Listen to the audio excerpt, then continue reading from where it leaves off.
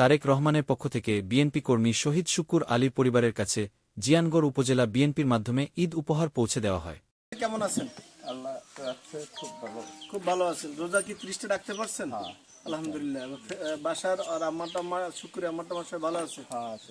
আর ফ্যামিলির লোকজন সবাই ভালো আছে? সবাই ভালো আছে। মাইয়ার আইছে, মায়ের আছে, সব নিয়ে আনন্দ করতেছি দেখলাম। অনেক সবাই সপরিবার নিয়ে আনন্দ করতেছেন ঈদে। এখন জনাব তারেক রহমান সাহেব প্রতি বছরই হ্যাঁ প্রতি বছর জি প্রতি বছরই আপনার ছেলেকে শুকুরকে ঈদ উপহার দেয়।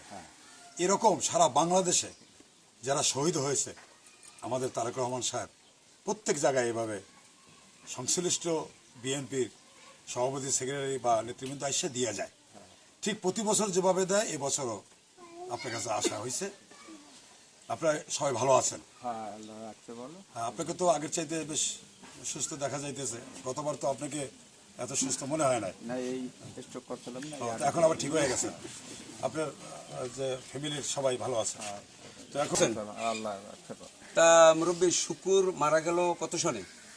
13 সালে 13 সনে। তা কাদের সেই মোল্লার ফাঁসির দিন। শুকুর মারা গেছে 13 সনে। সেই 13 সন থেকে দেশনায়ক তারেক রহমান সাহেব, বিএনপির ভারপ্রাপ্ত চেয়ারম্যান দেশনায়ক তারেক রহমান সাহেব আপনাদেরকে খোঁজ খবর রাখছে না? রাখছে। 13 সন থেকে হ্যাঁ, 13 সব সময় ঈদ উল ফিতর, ঈদ উল আজহায় খোঁজ খবর রাখছে। তারই নির্দেশনায় কিন্তু আজকে আমরা জিয়ানগর উপজেলা বিএনপি এবং সেন্ট্রাল সাবেক যুবদলের যুগ্ম সম্পাদক দুলাল প্লাস উপজেলা ছাত্রদলের যুবদলের নেতৃবৃন্দ সবাই আমরা তারেক রহমানের নির্দেশনায় জেলা বিএনপির মাধ্যমে এখানে আমরা এসেছি। আপনাদের তার পক্ষ থেকে আজকে কিছু ঈদ শুভেচ্ছা বিনিময় এবং তার কিছু উপহার আপনাকে দেওয়ার জন্য আমরা এসেছি।